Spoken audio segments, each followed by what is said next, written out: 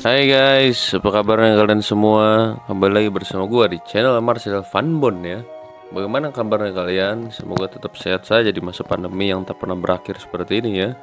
Di kesempatan kali ini gua akan mereview serta menjelaskan alur cerita film yang berjudul Prostitution yang dirilis pada tahun 2016. Film ini bercerita tentang janda muda dan anak gadisnya yang harus menyerahkan serabi hangatnya terus-menerus untuk diaduk oleh rentenir penagih hutang. Yuk, tanpa berlama-lama lagi, mari kita masuk saja ke alur cerita filmnya guys ya.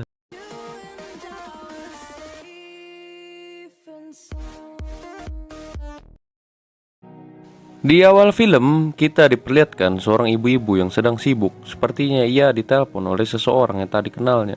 Mama muda ini dikenal sebagai Glory. Glory ini sehari-harinya kerjanya membersihkan restoran milik bosnya, dari bersih-bersih dan juga mencuci piring. Setelah selesai, dia pun berpamitan dengan bosnya. Tak lama, ia bertemu dengan anak gadisnya yang bernama Tina. Tina inilah anak tunggal satu-satunya yang dimiliki oleh Glory dikarenakan suaminya sudah tiada. Lalu mereka pun berdua pulang. Ketika sampai di rumah, Glory yang sedang melihat Tina makan dengan lahap mendengar Tina bercerita bahwa hari-harinya setelah tidak ada ayahnya, ekonomi mereka menjadi sangat susah. Dan di sini, si Glory alias ibunya hanya bisa menenangkan anaknya yang galau. Tak lama kemudian, Tina pun berpamitan kepada ibunya untuk mandi. Belum apa-apa udah mandi aja nih anak. Aduh. Beberapa jam kemudian, Glory mendengar suara ketukan yang begitu keras. Ternyata itu adalah penagih hutang dari almarhum suaminya. Dia bernama Ryu. Di sini Ryu mengancam akan mengambil semua harta dan perabotan rumah dari Glory kalau dia nantinya telat membayar hutang ke depannya. Dan di sini terlihat wajah ketakutan dari Glory. Dia pun mencoba memohon-mohon kepada Ryu agar Ryu tidak melakukan hal tersebut.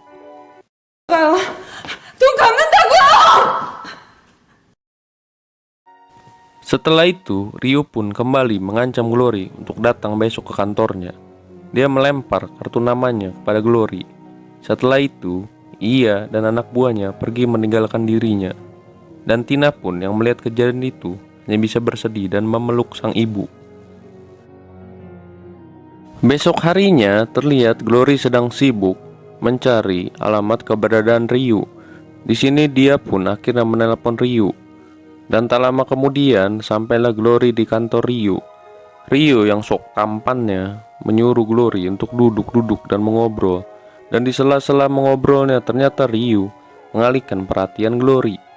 Sedangkan tangan yang lain memasukkan obat tidur ke dalam minuman Glory. Dan sesudah itu, Glory diminta oleh Ryu untuk minum. Dan tak lama, Glory yang merasa pusing karena efek dari obat itu. Ryu yang sange pun segera meraba-raba gunung Glory dan mencobai serabi hangatnya si Glory. Dan akhirnya mereka pun di sini mantap-mantap. Setelah selesai mantap-mantap dan sadar, betapa kecewanya Glory karena badannya sudah dicoba oleh Ryu. Dia pun merasa marah dan kecewa, tapi ya tak bisa apa-apa.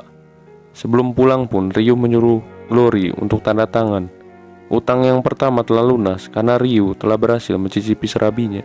Dan dengan perasaan sedih, Glory pun pulang dari tempat tersebut. Di tempat yang lain ternyata si Tina mencoba menelpon si Ryu untuk datang ke tempat karaoke-nya. Dan tak lama pun Tina pun datang. Tina pun disambut hangat oleh Ryu bagaikan pelanggan. Tina disuruh duduk dan Tina disuguhi air minuman keras oleh Ryu. Lalu mau tak mau si Tina pun meminumnya. Sesudah Tina meminumnya, lalu si Ryu yang kembali sange pun melancarkan aksinya untuk menjabah tubuh si Tina. Kampret emang ini orang. Dan ibunya dapat, sekarang anaknya pula. Lalu terjadilah aksi mantap-mantapan di sini. Setelah selesai, dia keluar. Dia meminta kepada anak buahnya untuk mencicipi. Anak buahnya bernama Rian. Ternyata Rian adalah orang yang baik. Dia masuk ke dalam untuk menutupi baju Tina dengan jaket. Dan setelah itu dia mengantar pulang Tina ke rumahnya. Di mobil, Rian bertanya-tanya kepada Tina. Tapi sepertinya Tina yang kaku dan tak mau terbuka dengan siapapun memutuskan untuk diam saja. Lalu si Tina pun yang datang ke rumahnya sangat terkejut dikarenakan ibunya terdiam. Dia bertanya-tanya kenapa ibunya diam. Lalu tiba-tiba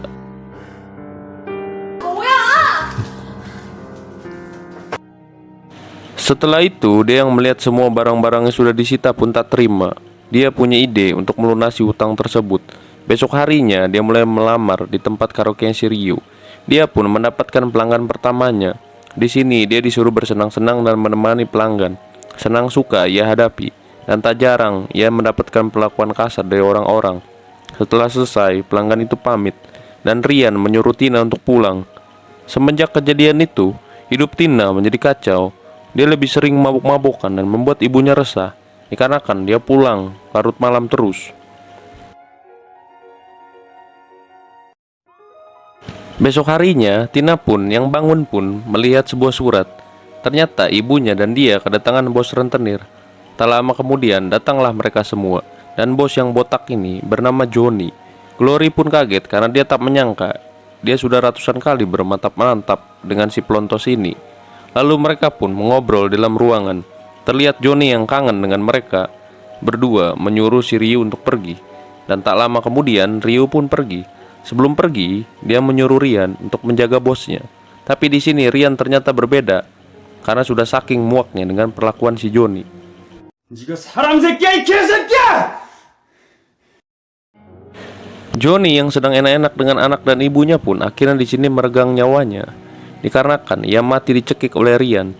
Dan dengan santuinya, Rian malah merokok dan menyudahi penderitaan mereka berdua.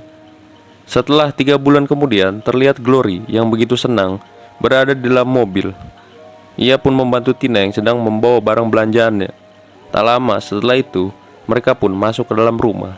Dan di sini, film pun telah berakhir.